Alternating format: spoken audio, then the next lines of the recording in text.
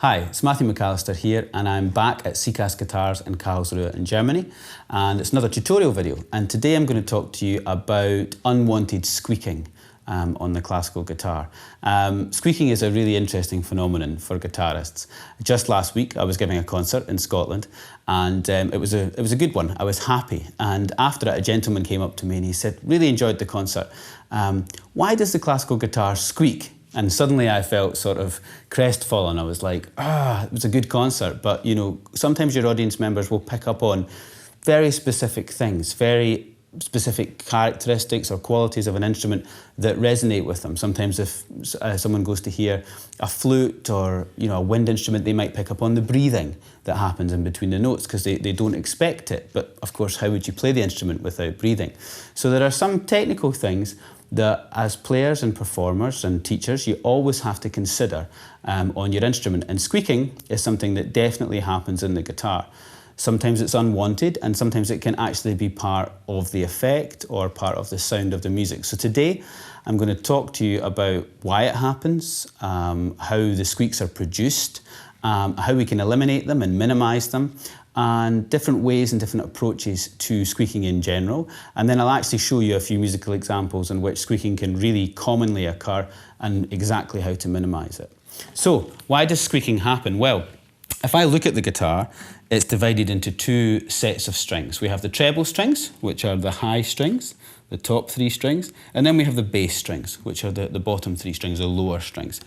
And the trebles are very smooth. If I just glide my left hand up and down the treble strings, the top E, the B, and then the G string, it's very almost silent for me to move on those strings because they're just simple nylon, they're very smooth, and I can move up and down them with no problem at all. The bass strings, however, it's a completely different issue. The bass strings are wound in steel, so if I move, even without pushing into the guitar, just on top of the string, it's much more audible. You can really hear this squeak. Sounds like something from a horror movie, you know? And it's not something that, unless we're playing a lot of spooky Halloween music, that we actually want in our music. So we've got to sort of think about this. This is something that really can be very distracting and very interruptive in our pieces as we play them. But mostly we're going to find it happening on the bass strings. So, why does it happen and how do we control it? Well, there are two reasons. When you push the string down into the fingerboard, you're doing two things. You're actually putting pressure into the string, and then you're taking your finger and that string and pushing that energy into the fingerboard. And then when you release that, the string has to come back to its normal height, and then the finger has to lift off the string. And quite often guitarists do this in one stage. They just take their finger immediately off the string. Okay? Or they take it off the string and they move to where they're going next. Okay? So that was me moving up the fingerboard or down the fingerboard. So how I came off the string and off the fingerboard was quite messy, and we get quite a definite squeak. Also, sometimes we get the open string underneath where I've just lifted from starting to resonate. So we get two notes instead of the one that we wished. So I'm going to turn the guitar around so you can see this really close up, and I'll show you how to make sure your releases from the fingerboard and the string are silent and they don't involve any squeaking. Okay, so as you can see, the guitar is now in quite a random position on my lap, but this is so I can show you in very good detail exactly how I would release my finger from the string, and it would really help eliminate any squeaking or buzzing. So I'm just fretting the 7th fret of the low E string, which is the thickest of all the bass strings, and it's actually the most noisy, so this is a very good string to demonstrate proper release from the guitar. Now if I pluck that B, that string, and then I release going up the fingerboard, I get a really annoying squeak. And if I do the same thing again, so pluck the note, and then I want to go, say, down the neck of the guitar, and I release, it's a really very bad squeak. And what I'm doing is, as soon as I'm finished with the B, with this note at the 7th fret, I'm literally, without any care, moving up the neck and down the neck. So I have many things going on there. I have the release of the pressure from the finger, I have the string raising up from the fingerboard. All that steel that's wound round to form that string is suddenly agitated, and then I rip off the string north or south. So I have to be much more careful in how I release the end of the note. And guitarists, we're quite bad at this. We're quite bad about caring about the end of the note, the very final part of the note. Now, a singer or a wind player would really take very much care about the end of the note, you know, because they're actually using their breath to sustain that note. So we have to think very carefully as guitarists, how do we control the end of the note? So it's called really a two-stage release. So if I pluck the note and then release from the fingerboard, my finger has absorbed all that energy from the string, and then I can just gently release it from the string itself. So it's in two stages. So the note is vibrating and sounding, and there's all that energy. Now, instead of taking it off without any care and attention and generating an open string, or like I demonstrated before, generating a squeak, I have to think to myself, can I absorb that vibration and then silently lift off the guitar? So it's in two stages. I lift away from the fingerboard, which is helping absorb all the energy of the string, and then I lift off. So it's much, much quieter. Here we go again. And then I release from the string. So there are two stages to the end of the note. I could be playing with vibrato. I stop the note, and then I release from the string silently. So it's in two stages, and it avoids this one movement, which is so messy sounding. So now I have to show you how do you do that two-stage release to avoid the squeaking in the context of a piece. And I've an example that's really very useful to show this. So I'm going to play a little excerpt from the Allegro Solemne by Agustin Barrios. It's part of his La Catedral, and it's the third and final movement. And it has a lot of movements, a lot of position shifts on the bass strings. So you're going to get a chance to see how we can actually optimize this movement, these position shifts, and try and really minimize and even eliminate often any squeaking in the bass. So the Allegro Solemne begins like this.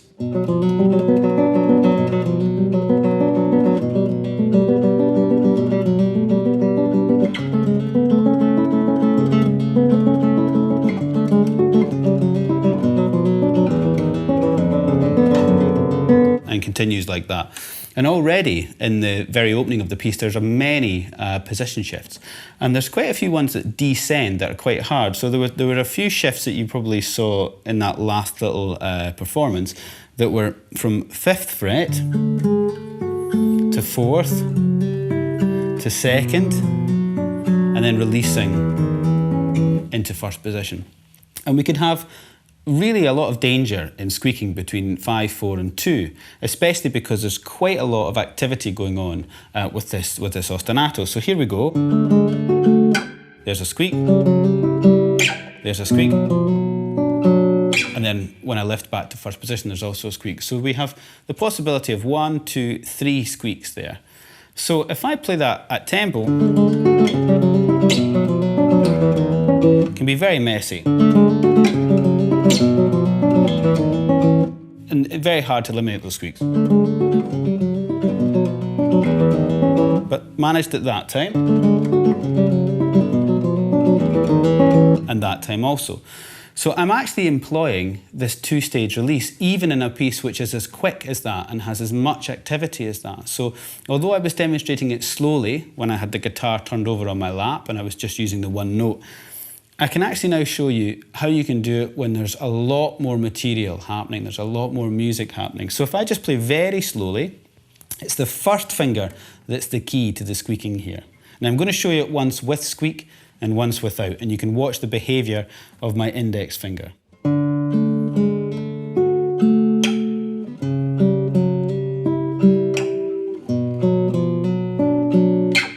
Even the whole hand at the end squeaked as it lifted off into 1st position. Now my 1st finger is the finger that leads the position shifting down the neck of the guitar. So it's the finger that we have to use the two-stage release for. So watch the behaviour of the finger this time.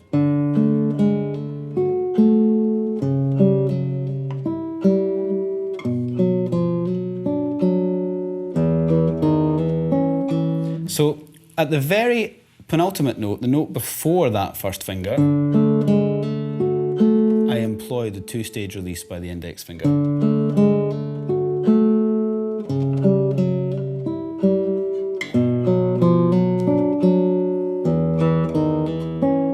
And that allows for a really smooth transition through these positions.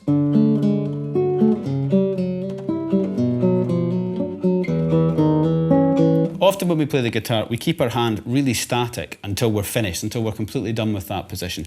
And that's where the squeaking can occur, because then you're trying to lift in too short a space of time, and you don't get the opportunity to really clean up the lift, and then the position shift, so you get that squeak. So with squeak,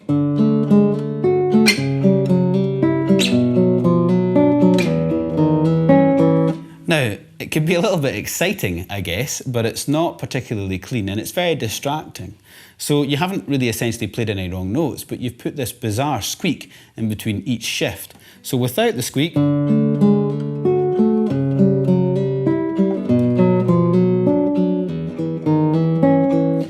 the audience can actually concentrate only on the line, only on the musical line, and they can in no way feel any interruption between the harmony changing. So when it's going, we don't have any, which is very interruptive to the shape.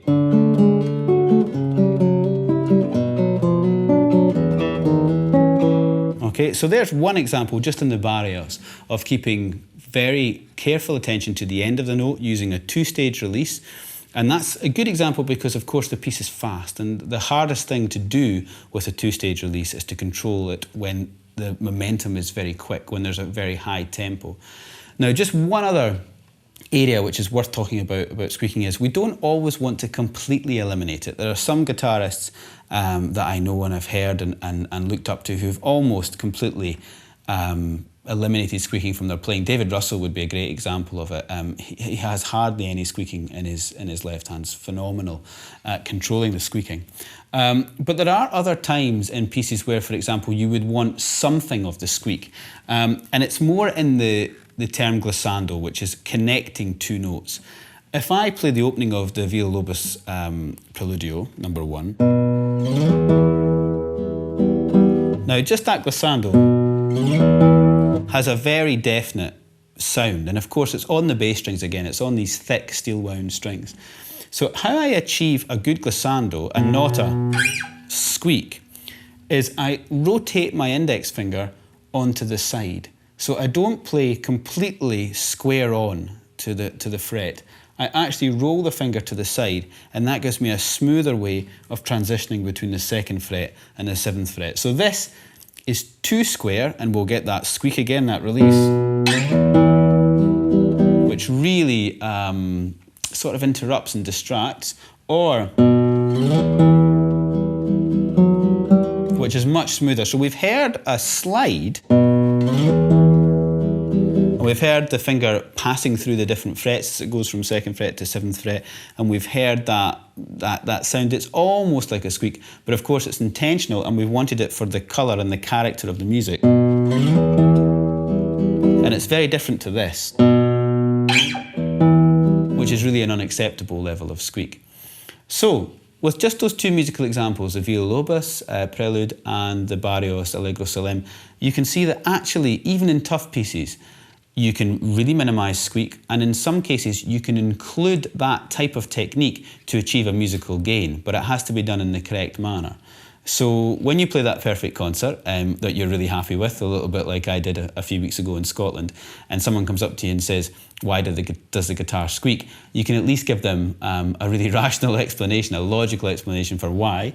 And if you work hard enough on these areas and on these aspects of controlling the end of the note, you can really eliminate and even, well, minimise definitely mostly the amount of squeak that you do. And when you do it for the right reasons, and it's an intentional movement in your technique, not something that just interrupts the flow of the music. So good luck working on your squeaking and your position shifting. And remember, try and take care of the end of the note. Bye for now.